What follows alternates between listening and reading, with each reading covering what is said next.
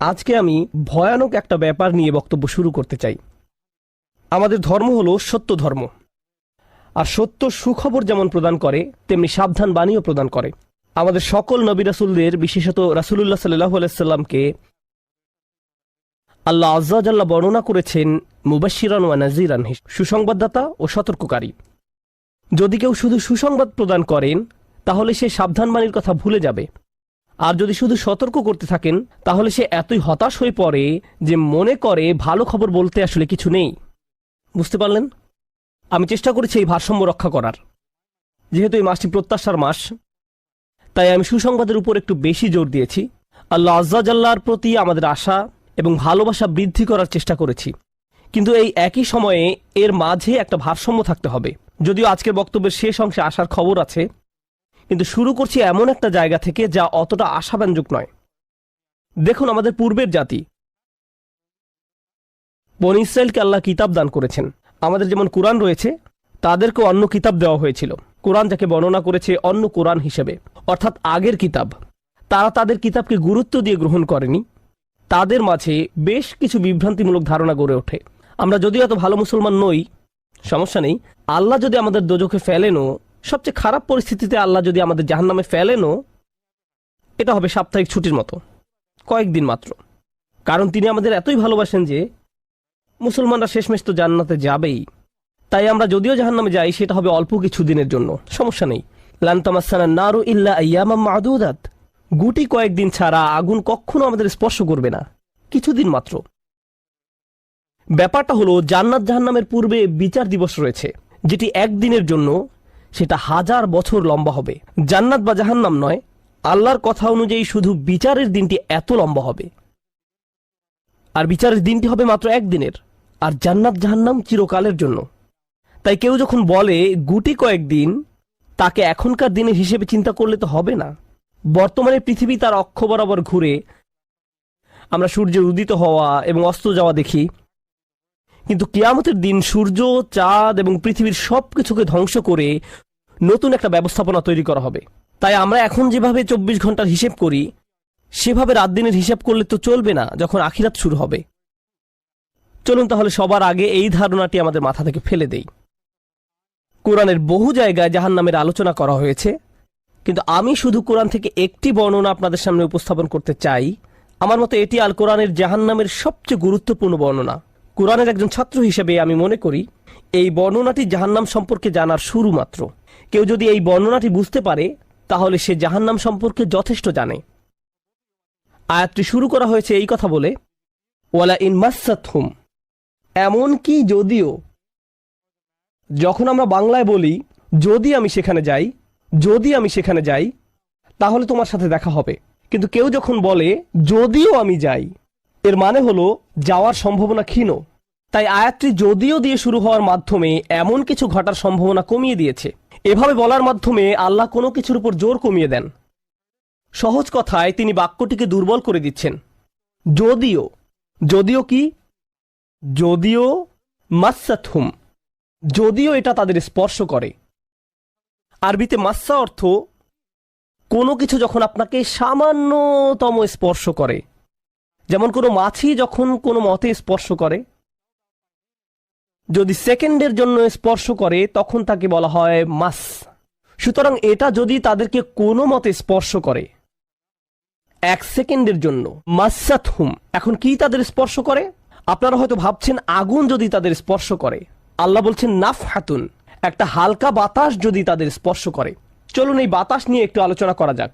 আরবিতে নাফহাতুন বলতে বোঝায় দরজা বন্ধ করলে যখন সামান্য একটু বাতাস এসে পড়ে, পর্দা নড়ে ওঠে, অথবা কেউ জানালা বন্ধ করলে যেভাবে হালকা বাতাসে পর্দা নড়ে ওঠে। এই বাতাসের যা বাহির থেকে ভেতরে আসে বা ভেতর থেকে বাহিরে যায়, দুই ধরনের আছে। একটি হলো লাফহা, লাম যোগে, আরেকটি হলো নাফহা।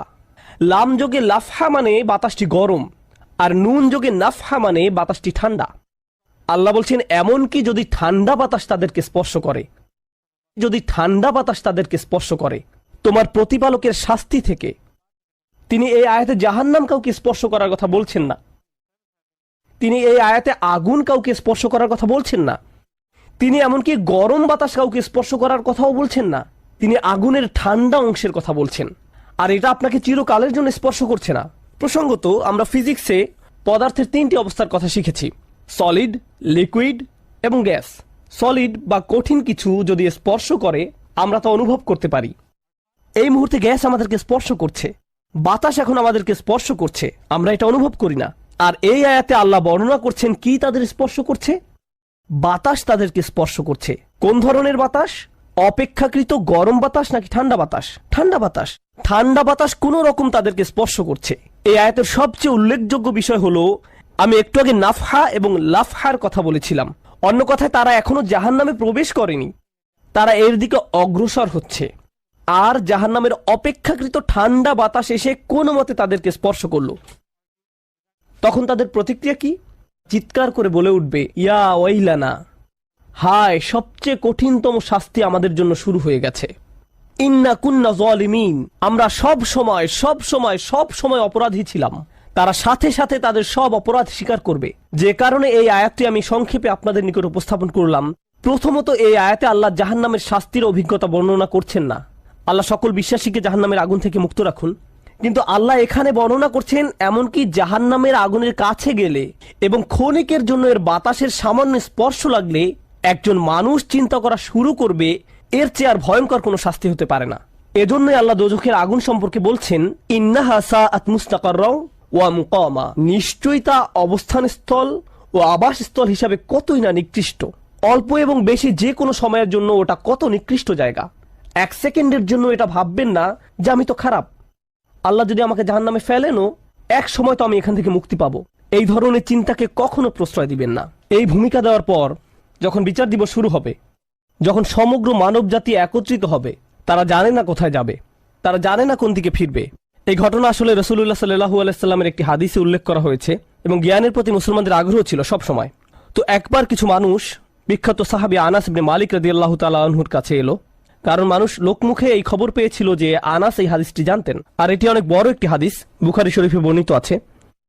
এই ঘটনা ঘটে রাসূলুল্লাহ সাল্লাল্লাহু আলাইহি সাল্লামের ইন্তেকালের পরে। তিনি বলেন, হাদ্দাসানা মুহাম্মাদুন সাল্লাল্লাহু আলাইহি ওয়াসাল্লাম। এখন আনাস রাদিয়াল্লাহু তাআলা আনহু কথা বলছেন। তিনি বলেন, রাসূলুল্লাহ সাল্লাল্লাহু আলাইহি সাল্লাম আমাদের বলেছেন, ইযা কানা ইয়াউমুল কিয়ামাতি মা জান্নাসু বা'দুহুম ফি বা'দ। মনোযোগ দিয়ে শুনুন। যখন বিচার দিবস শুরু হবে, মানুষ ঢেউয়ের মতো একে অপরের উপর আশ্রে পড়বে, সর্বত্র বিশৃঙ্খলা, সবাই একে অন্যের দিকে ছুটতে থাকবে। ফায়াতুনা আদম, তারা কোনো একভাবে আদম আলাইহিস সালামের দেখা পাবে, তারা তার কাছে ছুটে আসবে। ফায়াকুলুনা ইশফা আলানা ইলা রাব্বিক, সমগ্র মানব জাতি আদম আলাইহিস সালামের কাছে ছুটে আসবে এবং বলবে, আপনি কি দয়া করে আমাদের পক্ষ থেকে আল্লাহর সাথে কথা বলতে পারবেন? আমরা আল্লাহর ভয়ে ভীত। আপনি তো প্রথম মানুষ, আপনি তো সেই ব্যক্তি যাকে আল্লাহ ফেরেশতাদের সিজদা দিয়ে সম্মানিত করেছেন, আপনাকেই তো পছন্দ করা হয়েছে, আমরা সবাই আপনার সন্তান, আপনি আমাদের পিতা, তাই দয়া করে আমাদের জন্য আল্লাহর সাথে কথা বলুন, আমরা খুবই ভীত। এরপর তিনি বলবেন, ফায়াকুলু লাস্তু লাহা, তিনি বলবেন, আমি এর যোগ্য নই, আমি পারবো না। ফায়াকুলু লাস্তু লাহা ওয়ালাকিন আলাইকুম বিইব্রাহিম, তোমরা কেন ইব্রাহিমের সাথে কথা বলছো না? তোমাদের উচিত ইব্রাহিমের সাথে কথা বলা। অতএব মানব জাতি এখন কার খোঁজ করছে? ইব্রাহিম আলাইহিস সালাম। ফাইন্নাহু খলিলুর রহমান, তার কাছে যাও, কারণ তিনি রহমানের খুবই কাছের বন্ধু। ওয়াত্তাখাযাল্লাহু ইব্রাহিমা খলিলা, কোরআনে এসেছে আল্লাহ ইব্রাহিমকে তার বন্ধুরূপে গ্রহণ করেছেন। তাই ইব্রাহিমের কাছে যাও, তিনি তোমাদের সাহায্য করতে পারবেন। তারা ইব্রাহিমের কাছে যাবেন। ফায়াতুনা ইব্রাহিমা ফায়াকুলু লাস্তু লাহা, তারা ইব্রাহিমের কাছে গেলে তিনি বলবেন, আমি এর যোগ্য নই, আমাকে এই কাজের জন্য তৈরি করা হয়নি, আমি তোমাদের জন্য আল্লাহর সাথে কথা বলতে পারবো না। ওয়ালাকিন আলাইকুম বিমূসা, তোমরা কেন মূসা আলাইহিস সালামের কাছে যাচ্ছ না? তো মানব জাতি মূসা আলাইহিস সালামের কাছে দৌড়ে যাবে। ফাইন্নাহু কালিমুল্লাহ, তিনি আল্লাহর সাথে অনেক কথা বলতেন। ওয়া কাল্লামাল্লাহু মূসা তাকলিমা, আর আল্লাহ মূসার সাথে কথা বলেছেন সরাসরি। সুতরাং তিনি যেহেতু আল্লাহর সাথে কথা বলতে অভ্যস্ত, আজকে তো কথা বলার উত্তম সময়, তিনি তোমাদের পক্ষ থেকে আল্লাহর সাথে কথা বলবেন। ফায়াতুনা মূসা ফায়াকুলু লাস্তু লাহা, মানব জাতি দৌড়ে মূসা আলাইহিস সালামের কাছে যাবে, তিনি বলবেন, আমি এর যোগ্য না, আমি পারবো না। ওয়ালাকিন আলাইকুম বিঈসা, তোমরা ঈসা আলাইহিস সালামের কাছে কেন যাচ্ছ না? ফাইন্নাহু রূহুল্লাহ ওয়া কালিমাতুহু, তিনি হলেন আল্লাহর দেওয়া রূহ এবং তিনি আল্লাহর কালিমা, আল্লাহর হুকুমে তিনি অলৌকিকভাবে জন্মগ্রহণ করেন। কুন ফায়াকুন, অতএব তিনি যেহেতু সকল রাসূলদের মাঝে বিশেষ মর্যাদার অধিকারী, তার কাছে যাও, তার সাথে কথা বলো।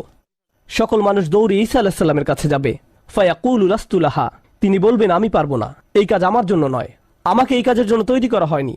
তারপর তিনি বলবেন, ওয়ালাকিন আলাইকুম বি মুহাম্মাদিন সাল্লাল্লাহু আলাইহি ওয়াসাল্লাম, মানবজাতি তোমাদেরকে মুহাম্মদ সাল্লাল্লাহু আলাইহি সাল্লামের কাছে যেতে হবে।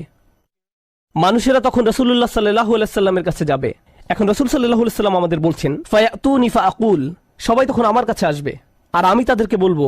এখন রাসূল সাল্লাল্লাহু আলাইহি সাল্লাম আমাদের বলছেন, আনা লাহা, আমার জন্য এই কাজ, আমি এই কাজের যোগ্য। আনা লাহা ফাআস্তাযিনু আলা রব্বি। প্রসঙ্গত আমি আপনাদেরকে আরো বলার পূর্বে বিচার দিনের একটা দৃশ্য হলো, আল্লাহ বলেন, ইয়াউমা ইয়াকুমুর রূহু ওয়াল মালাইকাতু সাফফান লা ইয়াতাকাল্লামুনা ইল্লা মান আযিনা লাহুর রহমান ওয়া ক্বালা সাওয়াবা। যেদিন রূহ ও ফেরেশতাগণ সারিবদ্ধভাবে দাঁড়াবে, এমন এক সময় থাকবে যখন কেউ কথা বলতে পারবে না। এমন এক ধরনের নীরবতা, এমন নীরবতা বিরাজ করবে যার কথা মানবজাতি কোনোদিন শোনেনি। এমন ধরনের নীরবতার অস্তিত্ব কখনো কোনোদিন ছিল না। সেই রকম পিনপতন নীরবতায় আল্লাহ বলেন, লা ইয়াতাকাল্লামুন, কেউ কথা বলতে পারবে না, ইল্লা মান আযিনা লাহুর রহমান, দয়াময় আল্লাহ যাকে অনুমতি দিবেন সে ব্যতীত। আর তিনি হলেন মুহাম্মদুর রাসূলুল্লাহ সাল্লাল্লাহু আলাইহি সাল্লাম। তিনি এমন সময় আল্লাহর কাছে আসবেন যখন সৃষ্টির কারো একটি শব্দ করারও অনুমতি থাকবে না, সৃষ্টির কারো কোনো আওয়াজ শোনা যাবে না। তিনি আল্লাহর সামনে এসে আল্লাহর কাছে কথা বলার অনুমতি চাইবেন। ফায়ুযানু লি, তিনি বলেন আমাকে কথা বলার অনুমতি দেওয়া হবে। ওয়ায়ুলহিমুনি মাহামিদা আহমাদাহু বিহা লা ইয়াহদুরুনিল আন, সেই দিন আল্লাহ আমাকে স্পেশাল একটি দোয়ার মাধ্যমে তার প্রশংসা, তার কৃতজ্ঞতা করা শেখাবেন, যেটি বিচার দিবসে আমাকে দেওয়া হবে, যা এর পূর্বে কাউকে দেওয়া হয়নি, কোনো সৃষ্টিকে দেওয়া হয়নি। এক স্পেশাল ওয়াহি রাসূলুল্লাহ সাল্লাল্লাহু আলাইহি সাল্লামকে দেওয়া হবে বিচার দিবসে, যা কোনো সৃষ্টিকে দেওয়া হয়নি। আর তিনি সেই দিন সে স্পেশাল উপায়ে আল্লাহর প্রশংসা করবেন, লা ইয়াহদুরুনিল আন, আর সেই ওহী এখনো আমার কাছে আসেনি, সেই দোয়া এখনো আমি জানি না। ফা আহমাদাহু বিতিলকাল মাহামিদ, তারপর আমি আল্লাহর দেওয়া সেই স্পেশাল বাক্যগুলোর মাধ্যমে আল্লাহর প্রশংসা করব। ওয়া আখিরু লাহু সাজিদান, আমি সেই বাক্যগুলো উচ্চারণ করার পর আল্লাহর সমীপে সিজদায় অবনত হব। কিয়ামতের দিনের দৃশ্যপটে রাসূলুল্লাহ সাল্লাল্লাহু আলাইহি সাল্লাম এমন জায়গায় থাকবেন, এই অবস্থাকে বলা হয় মাকাম মাহমুদা, একটা স্টেশন, অথবা বলতে পারেন এমন একটা স্টেজ যা প্রশংসিত, আর মানবজাতি সেটা প্রত্যক্ষ করবে। আমরা সবাই এটা দেখতে পাবো। আমরা সবাই তখন নিশ্চুপ থাকব, আর তিনি সিজদায় পড়ে যাবেন। তিনি যখন সিজদায় পড়ে যাবেন তখন আল্লাহ আযজা ওয়া জাল্লা তার সাথে কথা বলবেন। এতক্ষণ তিনি আল্লাহর সাথে কথা বলছিলেন, এখন আল্লাহ আযজা ওয়া জাল্লা তার সাথে কথা বলবেন। তিনি কি বলবেন? ইয়া মুহাম্মদ ইরফা রাসাকা, তিনি বলবেন, মুহাম্মদ তোমার মাথা উত্তোলন করো। ওয়াকুল, বলো, ইউসমা আলাকা, তোমার কথা শোনা হবে। শুধু যে আল্লাহ তার কথা শুনবেন তা নয়, বরং বিচার দিনে উপস্থিত সবাই তার কথা শুনতে পাবে।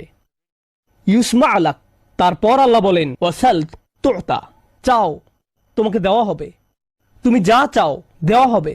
কিয়ামতের দিন আল্লাহর একটি সৃষ্টি কেমন পজিশনে থাকলে আমরা সবাই যখন আল্লাহর নিকট ভিক্ষা চাচ্ছি, আতমিম লানা নূরানা ওয়াগফির লানা, হে আমাদের পালনকর্তা, আমাদের নূরকে পূর্ণ করে দিন এবং আমাদেরকে ক্ষমা করুন, এই কথা বলে আমরা আল্লাহ আযজা ওয়া জাল্লার কাছে কাকুতি মিনতি করতে থাকব। আর এখানে আল্লাহ তার এই সৃষ্টিকে বলছেন, তুমি চাও, তুমি যা চাও আমি দিব, সাল তুতা। এই হলো আমাদের রাসূল সাল্লাল্লাহু আলাইহি সাল্লাম। তারপর আল্লাহ বলবেন, ওয়াশফা, তুমি যদি কারো পক্ষ থেকে কথা বলতে চাও, তুমি যদি কারো ব্যাপারে সুপারিশ করতে চাও, যাও সুপারিশ করো। তুশাফা, আমি তোমাকে অন্য মানুষদের পক্ষ হয়ে কথা বলার অধিকার দিলাম। তুশাফা, এই গ্যারান্টি আল্লাহ তার রাসূল সাল্লাল্লাহু আলাইহি সাল্লামকে দিয়েছেন। ফাকুলু ইয়া রব, তখন আমি বলবো, ইয়া রব, উম্মতি উম্মতি, তিনি সর্বসাকুল্যে এই কথা বলবেন, এটাই তার সম্পূর্ণ বাক্য, আমার উম্মাহ, আমার উম্মাহ, আমার মানুষ, আমার মানুষ। কিয়ামতের দিন সবাই বলবে, নাফসি নাফসি, আমি নিজে, আমি নিজে, আমি নিজে। আল্লাহর নবীরা যারা মানুষকে আল্লাহর দ্বীনে আনার জন্য দিবারাত্রি পরিশ্রম করে গিয়েছেন, যেমন ইব্রাহিম আলাইহিস সালাম, যার এই দুনিয়ায় থাকাকালীন সময়ে শুধু একটাই উদ্বেগ ছিল মানুষের মুক্তি, বিচারের দিনে তিনি বলবেন, না, যাও অন্য কোথায় যাও, যাও মুসার সাথে কথা বলো। মুসা আলাইহিস সালাম, যিনি বনি ইসরাইল নিয়ে চিন্তিত ছিলেন, তিনি বলবেন, না, যাও ঈসার সাথে গিয়ে কথা বলো। আর আমাদের রাসূল সাল্লাল্লাহু আলাইহি সাল্লাম বলবেন, প্রসঙ্গত কোরআনে কিয়ামত দিবসের যে ভয়াবহতার কথা বর্ণনা করা হয়েছে তা একবার চিন্তা করে দেখুন। ইয়াউমা তারাউনাহা তাযহালু কুল্লু মুরদিআতিন আম্মা আরদাআত, প্রত্যেক মা যে তার বাচ্চাকে দুধ খাওয়াচ্ছে তার বাচ্চাকে ফেলে দিবে যেন সে কিছুই না। ইয়াফিরুল মারউ মিন আখিহি ওয়া উম্মিহি ওয়া আবিহি, সেদিন মানুষ তার ভাইয়ের কাছ থেকে পালাবে, মায়ের কাছ থেকে পালাবে, বাবার কাছ থেকে পালাবে, ওয়া সাহিবাতিহি ওয়া বানিহি, তার স্ত্রীর কাছ থেকে পালাবে, ছেলেমেয়ের কাছ থেকে পালাবে। আপনাদের কেউ কেউ হয়তো ইতিমধ্যে স্ত্রীর কাছ থেকে পালিয়ে বেড়ান, তাই আপনাদের কাছে হয়তো এটা অতটা ভীতিপ্রদ নয়। এই আয়াত হয়তো আপনার জন্য ভয়ের নয়, কেউ কেউ ভাবছে অবশেষে। যাই হোক, সমস্ত গুরুত্বের সাথে সেই দিন সবাই কাকে নিয়ে উদ্বিগ্ন থাকবে? নিজেকে নিয়ে। প্রকৃতপক্ষে সেদিন প্রত্যেক ব্যক্তি বলবে, ওমান ফিল আরদি জামিআ সুম্মা ইউনজিহ, সবাইকে জাহান্নামে নিয়ে যান এবং বিনিময়ে আমাকে জান্নাতে প্রবেশ করতে দিন। এটাও কোরআনে এসেছে। মানুষ সেদিন এমন মরিয়া হয়ে উঠবে, সেদিন একজন মানুষ আল্লাহর সাথে কথা বলবেন, আর প্রথম যে শব্দগুলো তার মুখ থেকে উচ্চারিত হবে তা হলো উম্মতি উম্মতি। আপনার জন্য আপনার রাসূলের ভালোবাসা এমনই প্রগাঢ় সাল্লাল্লাহু আলাইহি সাল্লাম। আমার উম্মাহ আমার উম্মাহ। যদি আমরা তাকে ভালোবেসে থাকি, তাহলে যেই উম্মতের জন্য আল্লাহ রাসূলের এত ভালোবাসা, সেই উম্মতের জন্য আমাদের অন্তরে কিভাবে এত ঘৃণার বাস হয়? কিভাবে সম্ভব এটা? কিভাবে আমাদের পরস্পরের প্রতি এত ক্রোধ, বিচার, সমালোচনা, বিভক্তি, বিদ্বেষ, অনুমান, অহংকার? আর এই মানুষগুলো দাবি করে তারা রাসূলুল্লাহ সাল্লাল্লাহু আলাইহি সাল্লামকে ভালোবাসে।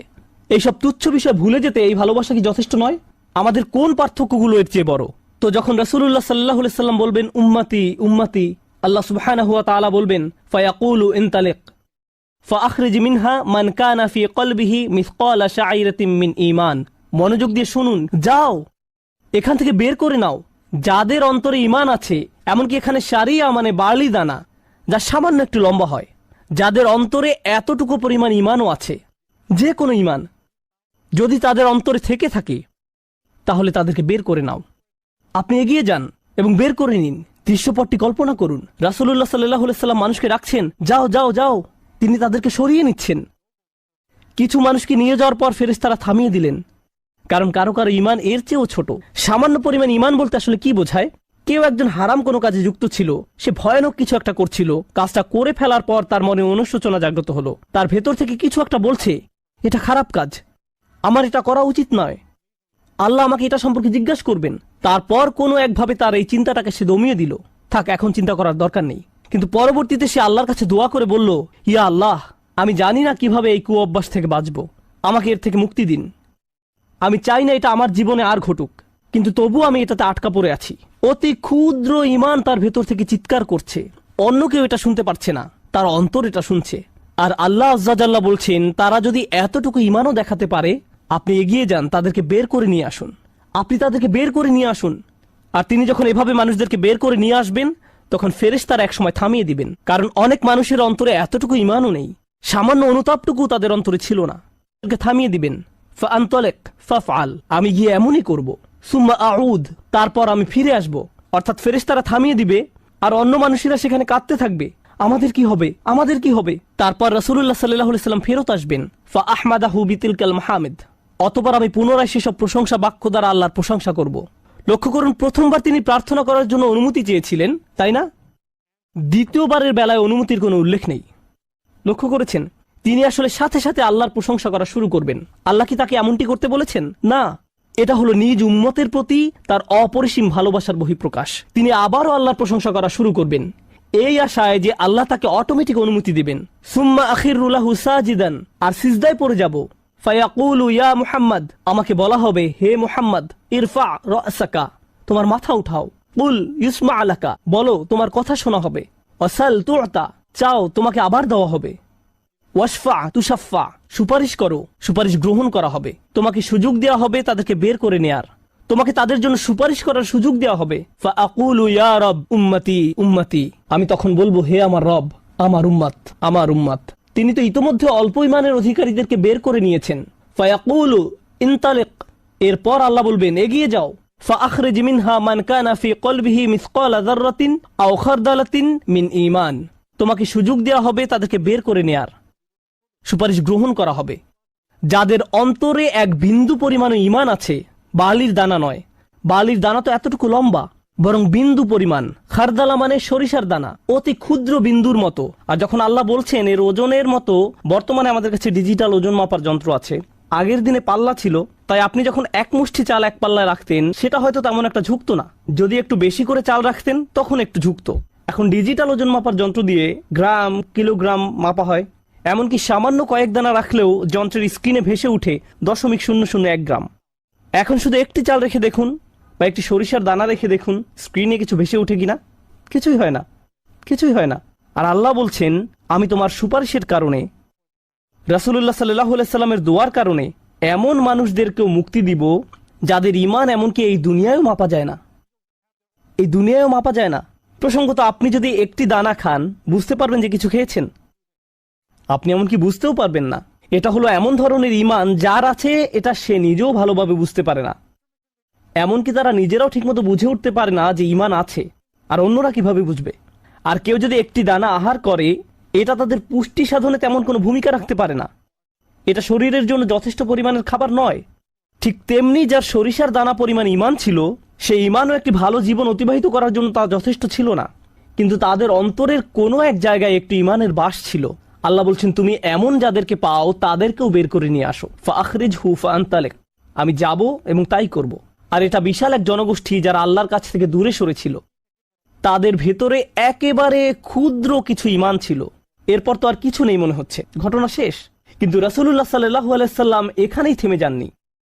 ফাআহমাদাহু বিতিলকাল মাহামিদ সুম্মা আখিরু লাহু সাজিদান, তিনি এখানেই থেমে যাননি, তিনি আবারও ফিরে যাবেন এবং আমি সেসব প্রশংসা বাক্য দিয়ে আল্লাহর প্রশংসা করব এবং আবারও সিজদায় পড়ে যাব। ফায়াকুলু ইয়া মুহাম্মদ ইরফা রাসাকা, আমাকে বলা হবে হে মুহাম্মদ মাথা উঠাও। ওয়াকুল ইসমা আলাকা, বলো তোমার কথা শোনা হবে। ওয়াসাল তুতা, চাও দেয়া হবে। আল্লাহ আজ্জা ওয়া জাল্লা সহজেই বলতে পারতেন তুমি তো ইতিমধ্যে চেয়েছো এবং তোমাকে দেয়া হয়েছে, কিন্তু তৃতীয়বারের মতো রাসূলুল্লাহ সাল্লাল্লাহু আলাইহি সাল্লামকে বলা হচ্ছে ওয়াশফা তুশাফা, এগিয়ে যাও, মানুষের জন্য সুপারিশ করো, গ্রহণ করা হবে, তোমাকে তাদের পক্ষে চাওয়ার সুযোগ দেওয়া হবে, আমি তোমাকে এটা দিচ্ছি। ফাআকুলু ইয়া রব উম্মতি উম্মতি, আমার উম্মাত আমার উম্মাত। এখন চলুন এখানে একটু থামি। যদি আপনি এই সুযোগ পেতেন, আল্লাহ যদি আপনাকে বলতেন তুমি যা চাও তাই পাবে, তুমি চাও দেয়া হবে, যা কিছুই তুমি চাও না কেন, আমাদের বিশাল একটা লিস্ট আছে। রাসূলুল্লাহ সাল্লাল্লাহু আলাইহি সাল্লামকে এই সুযোগ কয়বার দেয়া হয়েছে? কত মিলিয়ন মানুষকে ইতিমধ্যে রক্ষা করা হয়েছে। তৃতীয়বার তো তিনি নিজের জন্য কিছু চাইতে পারতেন। আমরা তো মানুষ, আল্লাহ যদি বলেন চাও আমি দিব, আর এই মানুষটি আল্লাহর সামনে দাঁড়িয়ে আছেন আর তাকে বলা হচ্ছে, কিন্তু তারপরেও তার জিহ্বায় উম্মাহ উম্মতি উম্মতি, তো আল্লাহ বলবেন ফায়াকুলু ইনতালিক, সামনে এগিয়ে যাও। ফাখরিজ মান কানা ফি কলবিহি আদনা আদনা আদনা মিসকাল হাব্বাতিন খরদালিম মিন ঈমান, যাও সামনে এগিয়ে যাও এবং এমন প্রত্যেক ব্যক্তিকে বের করে আনো যার একটি সরিষার অতি ক্ষুদ্র অতি ক্ষুদ্র অংশ পরিমাণ ঈমান আছে। এত ক্ষুদ্র বিন্দু যাকে আপনারা হয়তো মাইক্রোস্কোপিক বলবেন। যদি তাদের এক অ্যাটম বা এক সাব অ্যাটমিক কণার পরিমাণ ঈমান থাকে, এই পৃথিবীতে যা দেখা শোনা বা উপলব্ধি করা সম্ভব নয়। যদি তাদের গভীর অবচেতন মনের কোথাও কণা পরিমাণ ঈমান থাকে, যদি তাদের ততটুকু ঈমান থাকে, এগিয়ে যাও এবং তাদের বের করে নিয়ে আসো। যদি তাদের অন্তরে এতটুকু ঈমান থাকে, তো আল্লাহ রাসূলুল্লাহ সাল্লাল্লাহু আলাইহি সাল্লামকে বলবেন ফাখরিজহু মিনান নার, তাদেরকে আগুন থেকে বের করে আনো। কথাটা মনোযোগ দিয়ে শুনুন, তাদেরকে কোথা থেকে বের করে আনো? আগুন থেকে। অর্থাৎ কিছু মানুষ ইতোমধ্যে জাহান্নামে পতিত হয়ে গেছে। অনেক মানুষ এই হাদিস পড়ে মনে করে আমরা জাহান্নাম থেকে মুক্তি পেয়ে যাব, আগুন আমাদের স্পর্শ করবে না। কিন্তু হাদিস এই কথা বলছে না।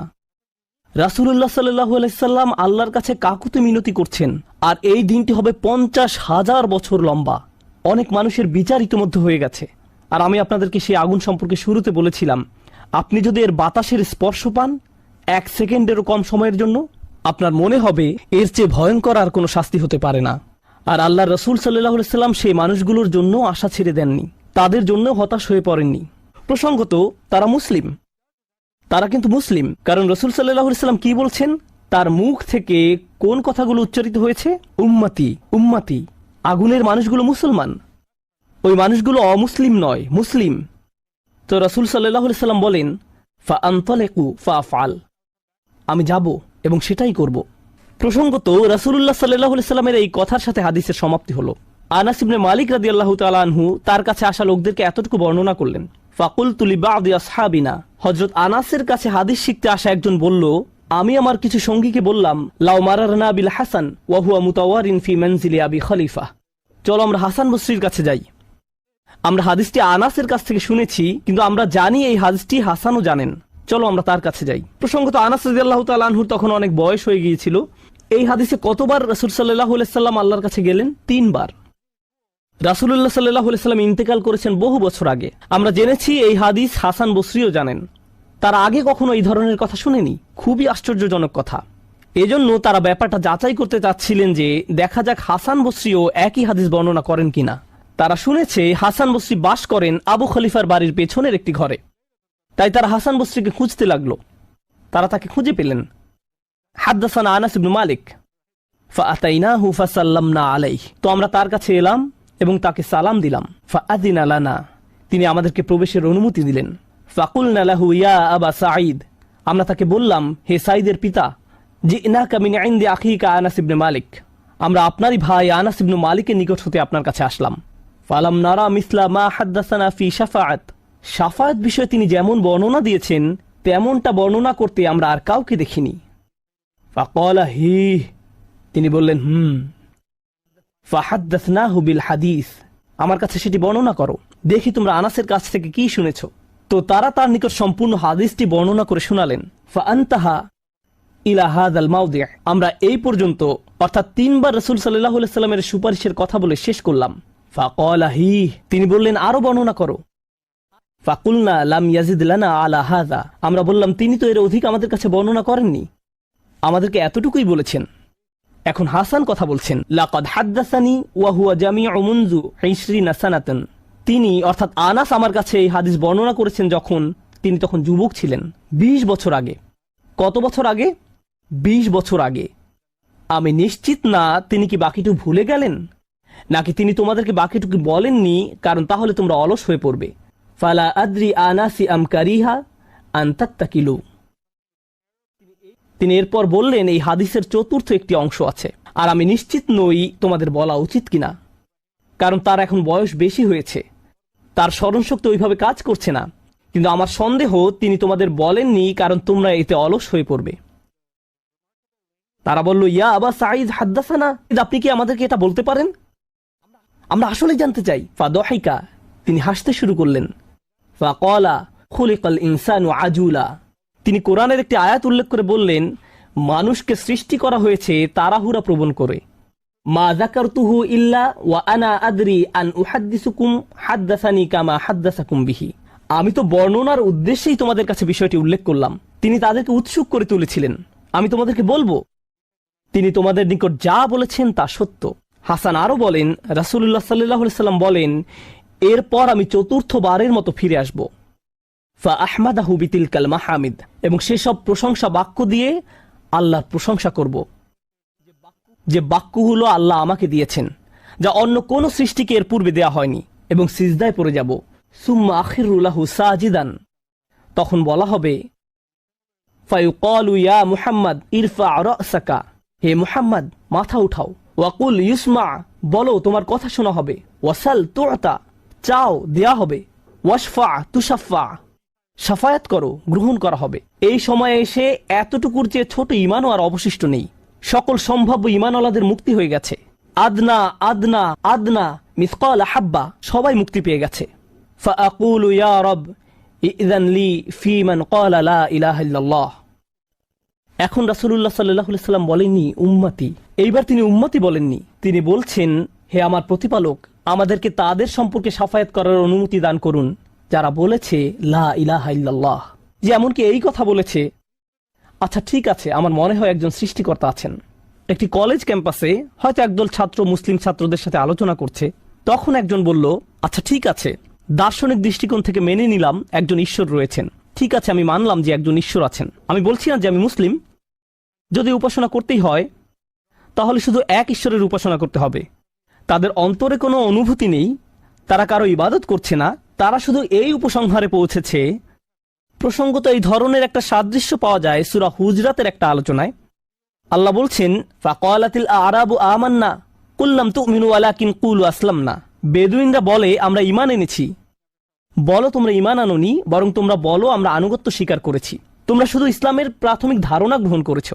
ধারণা থাকে এখানে, আর ঈমান কোথায় থাকে? যাদের অন্তরে কিছু ঈমান ছিল তাদের ইতোমধ্যে নেয়া হয়ে গেছে।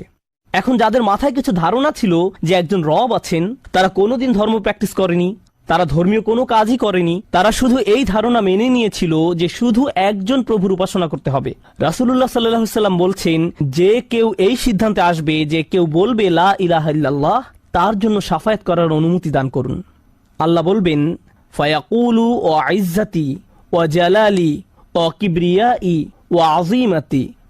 আল্লাহ বলবেন, আমি আমার কর্তৃত্বের শপথ করছি, আমি আমার স্বীয় গৌরবের শপথ করছি, আমি আমার বরত্বের শপথ করছি, আমি আমার মহত্বের শপথ করছি।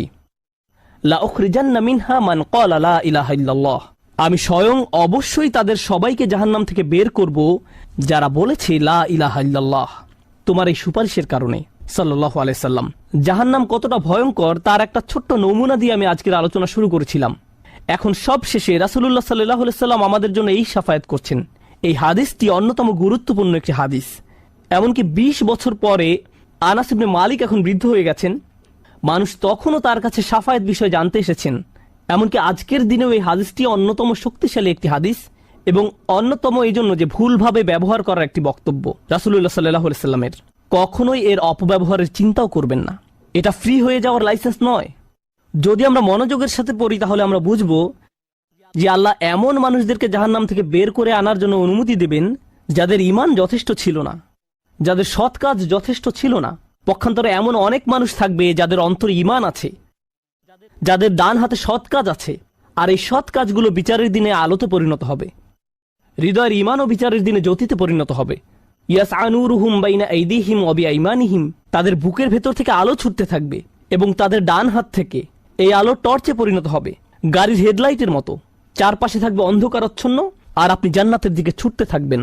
আপনাকে জাহান্নাম অতিক্রম করে যেতে হবে, এটা আল্লাহর নির্দেশ। ওয়া ইম মিনকুম ইল্লা ওয়ারিদুহা। জান্নাতে যেতে হলে সবাইকে জাহান্নাম অতিক্রম করে যেতে হবে, সবাইকে, এর কোনো ব্যতিক্রম নেই। আর এই ব্রিজ অতিক্রম করতে হলে আপনার আলো লাগবে। যদি আলো না থাকে তাহলে পড়ে যাবেন।